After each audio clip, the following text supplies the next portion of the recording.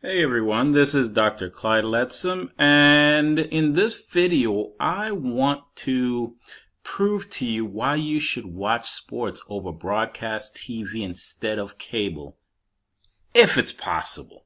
Okay? So here's what we're going to do. We're going to first start off with this, comparing the broadcast versus cable. So when I say cable, I mean your regular cable TV. Of course, cable services are offering internet, and you also have satellite.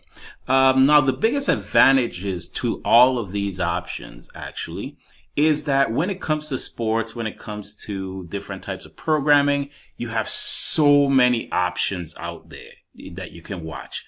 There's probably hundreds upon hundreds of channels that you can watch. And it really doesn't matter what location that you're in. If you're, let's say, out in the rural area, as long as you can get a satellite dish out there, or if you can get a cable, or if you can get phone service, you can watch different sports on whether it be a TV, cell phone, or whatever. Okay. Now, when it comes to broadcast TV and you're using your antenna, there's a lot less options. Okay. You can't really get as many channels, even though now that we've introduced digital TV into America and digital TV broadcasts, we do have more options. There's still less options than, let's say, with a satellite or cable service. Okay. And of course, if you live out in a rural area, you're not within a city, you don't get as many options when it comes to stations because more of our broadcast stations are within the city area or the urban areas.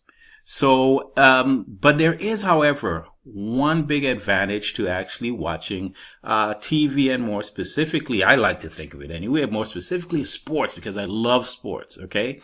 And that is the clarity due to the broadcast TV, because there's less compression in broadcast TV. Now, when I say compression, some people aren't quite sure what that is. So I'm going to go into a brief discussion about what compression is and how it kind of works. And then hopefully after that, you'll get an idea as to why it is better to watch sports over broadcast TV versus the other options being cable, satellite, or the internet. All right. So first, let's start off with this discussion. I'm going to try to simplify the whole watching of videos by first looking at it this way. So if you think about what video really is, in essence, it's really a set of frames, sequential frames of some set of events or whatever. And these sequential frames make up what we consider to be video.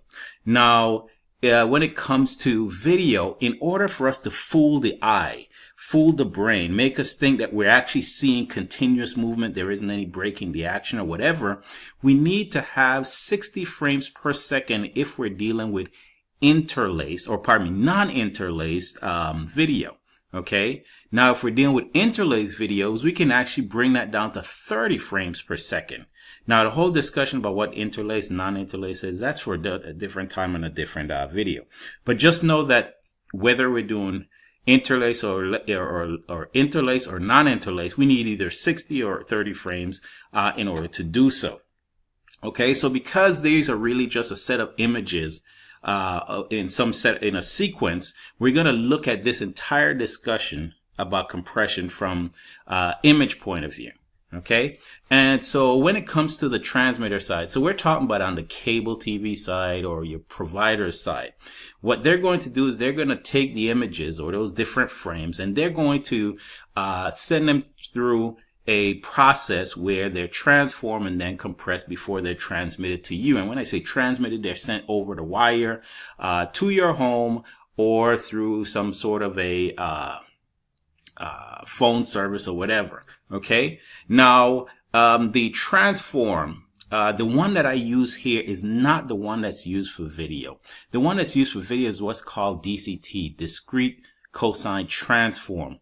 But if I was to use that and try to describe what I'm going to describe, it's going to be a little bit tougher for the average person to understand what I'm talking about. So instead, what I'm using is the discrete wavelet transform, or sometimes some people call it filter banks, in order to describe it. Now, filter banks are used for some compression, and the DCT is used for mostly video.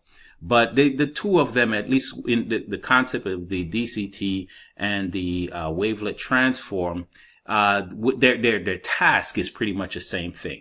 And so when it comes to the wavelet transform, what we're trying to do with the wavelet transform, we're trying to get all of the energy, or most of the energy, into one area of the image. So if we take this original image and we send it through the transformer, if you will, then what it does, it takes most of the energy, pardon me, I flipped ahead, takes most of the energy of that video or image, and it pushes it into the upper left hand corner here.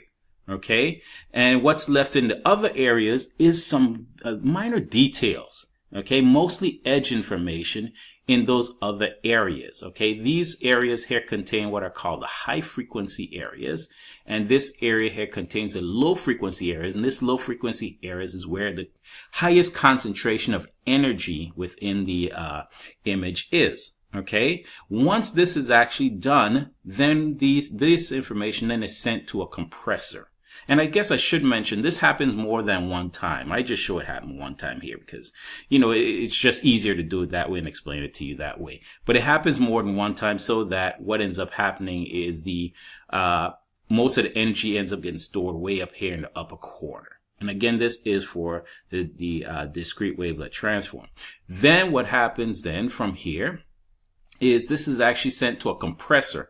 And believe it or not, what the compressor does is it throws away some of the information. And the information that it actually throws away is this low energy area here. So these values within this area here are really close to zero. And so when it comes to the compressor or the compression algorithm, what it actually does is it takes some of those values and it just throws them away. Okay.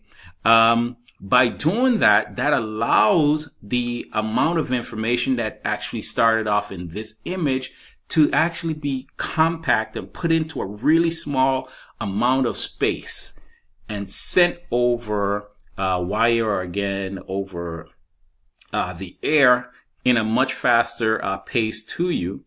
And it also allows for these cable providers and so forth to be able to send you more content, and that's why you have so many channels there. Okay, and so after that information is sent to you, what happens is on the receiver side, you end up having to decompress that. Now on the decompression, and again remember we're using the wavelet transform in this example because it's so much easier to explain to the average person doing this versus using the DCT, which is actually used for video. Okay, if you notice here, this part here shows what the decompressed information would look like on the receiver end if we compress to 1 bit per pixel. And you can see, and I've enhanced this a little bit. I guess I should mention that.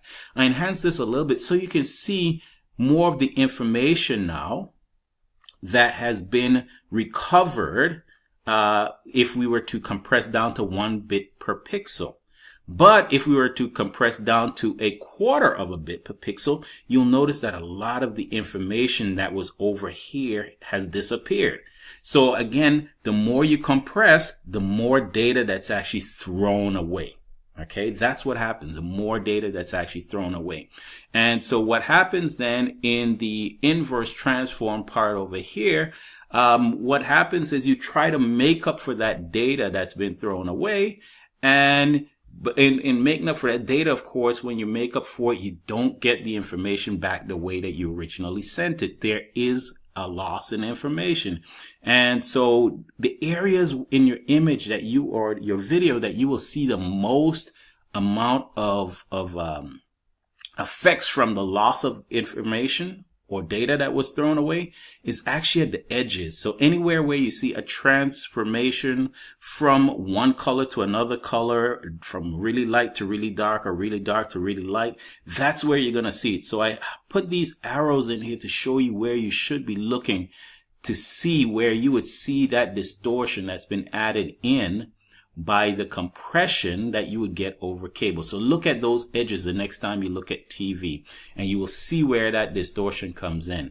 So now what happens is, because cable does this, you're going to get that distortion, whereas for broadcast TV, pardon me, you won't see that as much anyway of an effects from any sort of a compression or anything. The edges are going to look much sharper. You won't have these distortions within the edges and so forth. Okay, so hopefully what I've done in this video is I've convinced you, okay, why you should, if you don't have an antenna, to go ahead and buy one. Because what happens is, if you are able to watch some sporting event or whatever over TV, broadcast TV, that is also being shown on cable, go ahead and just watch it over broadcast TV, because the quality of the image will be better. Okay, the reason for cable and the reason for compression is because you're able to get so much more content. But if you have the option to watch the same thing on cable versus broadcast, just go ahead and watch it on broadcast, because you're going to get a better image. Okay, and you're going to get a better video, quality video, clarity.